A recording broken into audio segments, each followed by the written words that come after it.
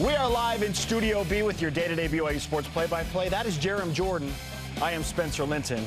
And it is our pleasure to welcome in former BYU quarterback, a man who led the Cougars to a 10-win season. He is Riley Nelson. He is the radio analyst along with Greg Wrubell as the Cougars get set for the New Mexico Bowl. Riley, welcome back to BYU Sports Nation.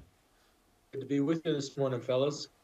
All right, let's start with the huge elephant in the room, which is BYU's current roster and coaching staff turnover. There's been a ton of it. What are your expectations given the depleted roster that's available for the bowl game and the limited number of coaches? Yeah, boy, every game's important and momentum's a real thing, and carrying a loss into the offseason, while it can be motivating for the existing roster, it's hard to recruit off of. And you talk about limited coaches, giving that some have moved on and the changes that have been made, but also I know the ones that are on staff are hit recruiting hard in the transfer portal and trying to lock up high school players and really get a strong class to head into their first year of the Big 12. So look, we've been hearing all year from Coach Sitake, and hopefully it's not just coaches speak, but he's talked about the maturity of the players on the team, the strength of its leaders, and hopefully that they can organize and through the entirety of this season have developed the skills to where they can prepare.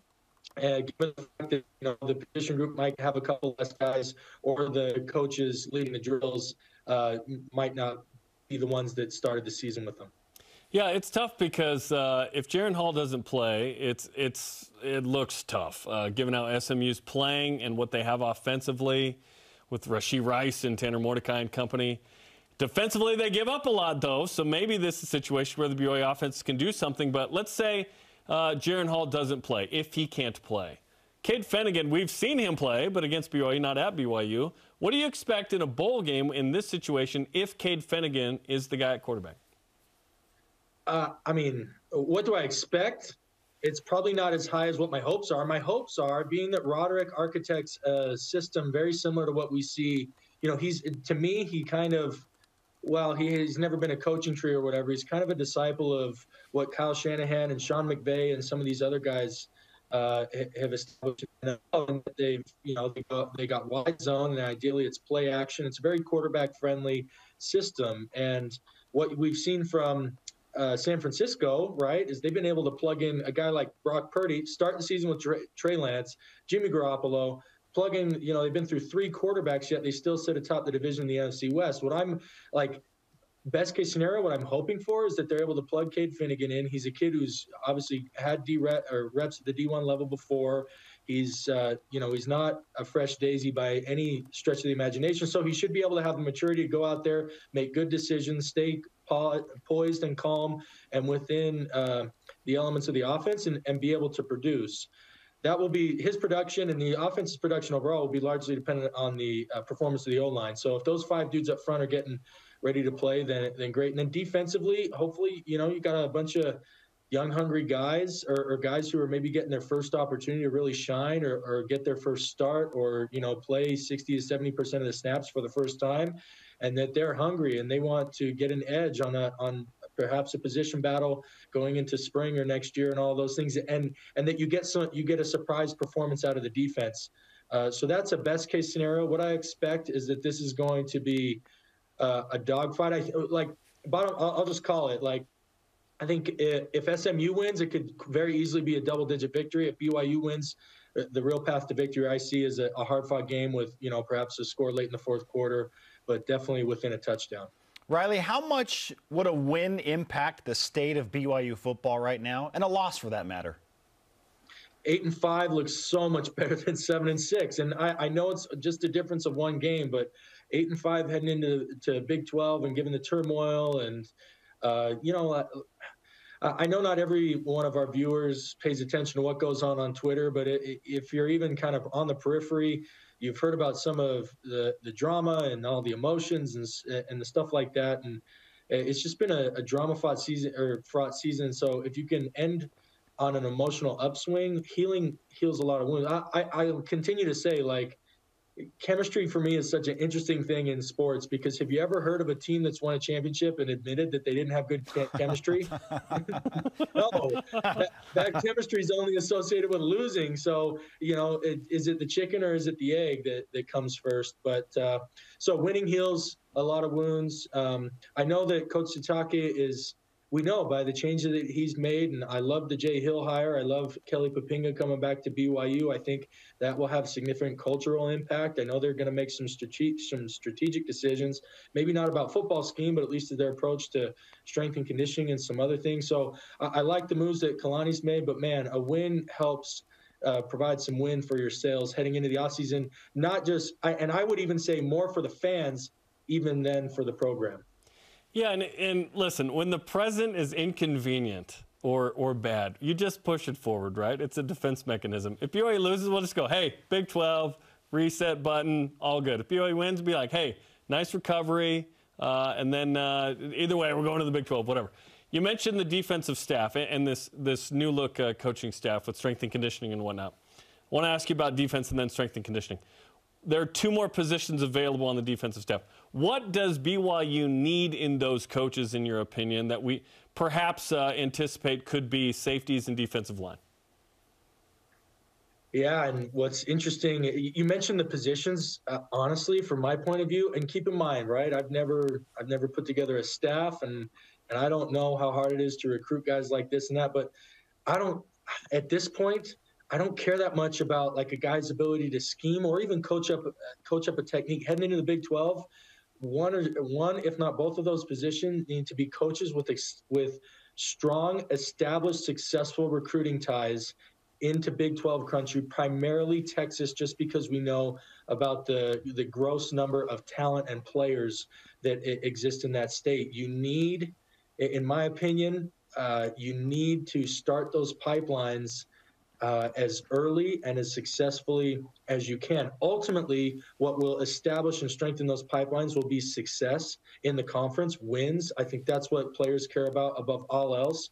But relationships can kind of give you a head start on that. So I'd like to see that. And I think if we look at where, at least by my evaluation, where is BYU going to struggle the most in the transition? I don't think like BYU is going to get shut out and average 13 points a game. I think they're going to find a way to score points and offensively put together, a complement of offensive players, regardless of who moves on, that can be able to have success in the Big 12. Not to mention everybody plays bad defense, but it's the Big 12 it's the defense heading into the Big 12 that, if we can't get get a really strong, deep defensive set of roster players, giving up 35, 40 points a game is a very real possibility. Riley, because you are a quarterback and because you know what Jaren Hall means to this team and what the departure of Jaren Hall would mean to the state of BYU football, what's your pitch to any quarterback out there in the transfer portal that's thinking about playing at BYU and helping the Cougars transition into year 1 of the Big 12? There'd be no better opportunity to show what you can do as a leader, and as far as, to what the kids say, putting your team on your back, than to take over a team making the jump from FBS independent into a Power 5 conference, right? You will be, with the absence of a COVID junior, essentially what we have is a 5th-year senior in Jaren Hall, who, if he decides to move on, anybody coming in would come in as a transfer. And if they can have immediate success, I know NFL evaluators and coaches would, from the intangible aspect, they wouldn't question that guy. They'd be like, holy cow, that situation is not one that is conducive to success. And this kid came in and was able to deliver. So that would be on that side of any potential player's evaluation. And then on the other side of the evaluation, it's like, come play in my opinion, the most entertaining conference in college football, where you've got incredible talent. You've got NFL talent on the field every Saturday. You're a quarterback, so even the lower end teams of the Big 12 are still putting up points and yards. You're going to have opportunities to play in great stages. Come take your shot. Come help. One of the, maybe a quip I'd throw in there is help us continue our winning streaks against Texas and Oklahoma before we send them to the You know, like I play on some of those things. And then my last element of it would be, if you want to be pro ready, there's no better place than BYU. Look at our film. Look at where we were able to play Zach Wilson in the NFL draft. Jaron Hall is a draft pick. Hope, you know, maybe by the time you're recruiting a kid, he actually has his position, but he, by all accounts, is an NFL draft pick. We run a system that when you turn on the TV on Sundays, you see, you know, something very similar to the same offense that we run. So I would say all those opportunities for college, and then it would be hard pressed to, I would challenge a recruit to find a resume in the Big 12 currently. You know, a regime in place. Obviously, there's Oklahoma, but that was all Lincoln Riley. Look at a Big 12 school that's put out higher caliber NFL talent than BYU, and you'd be hard pressed to find it. Jaron Hall's on a roster next year. That'd be 3 former quarterbacks in the Satake era, so that'd be quite a number for a potential recruit to see. I want to ask you about the 2010 New Mexico Bowl. You were injured, but on the roster, of course, and at that bowl game. What do you remember from that big win over UTEP? Yeah, that was Cody Hoffman's coming out party, right? And I had been living with Cody and knew that he had it in him. He was a little bit of a late bloomer and slow developer, not athletically, but just adjusting from coming from, you know, Crescent City, a super small town in Northern California, on the coast of Northern California, and coming into BYU and the culture shock to where, you know, a religious institution to where, you know, he didn't grow up particularly you know, super active in any religion, and adjusting to that, and then also adjusting to the academic rigors and all of those things. So I was super happy for my roommate and his coming out party, and to see him get that opportunity. And then the second thing I remember is I had a lot of great friends. In fact, my probably longest tenured friends on that 2010 team. I mean, I'm still tight with all my offensive buddies, but the majority of that offense played beyond 2010. But you look on the defensive side of the ball, Andrew Rich, Shane Hunter, a lot of those seniors defensively.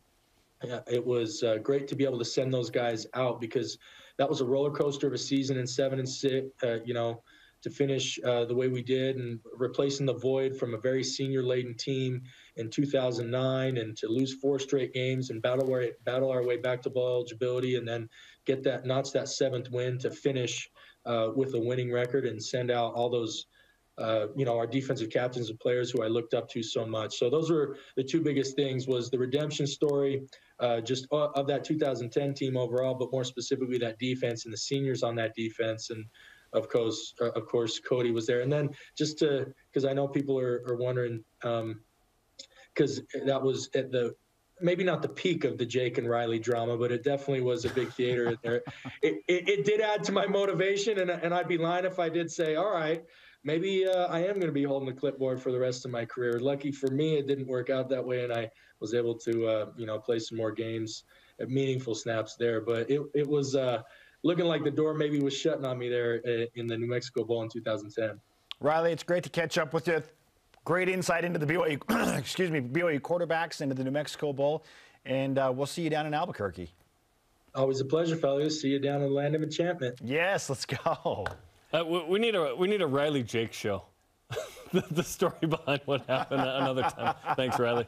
Okay. 30 for 30 or whatever our BYU yes. 15 for 15. Yeah, we'll figure it out. Thanks, Riley.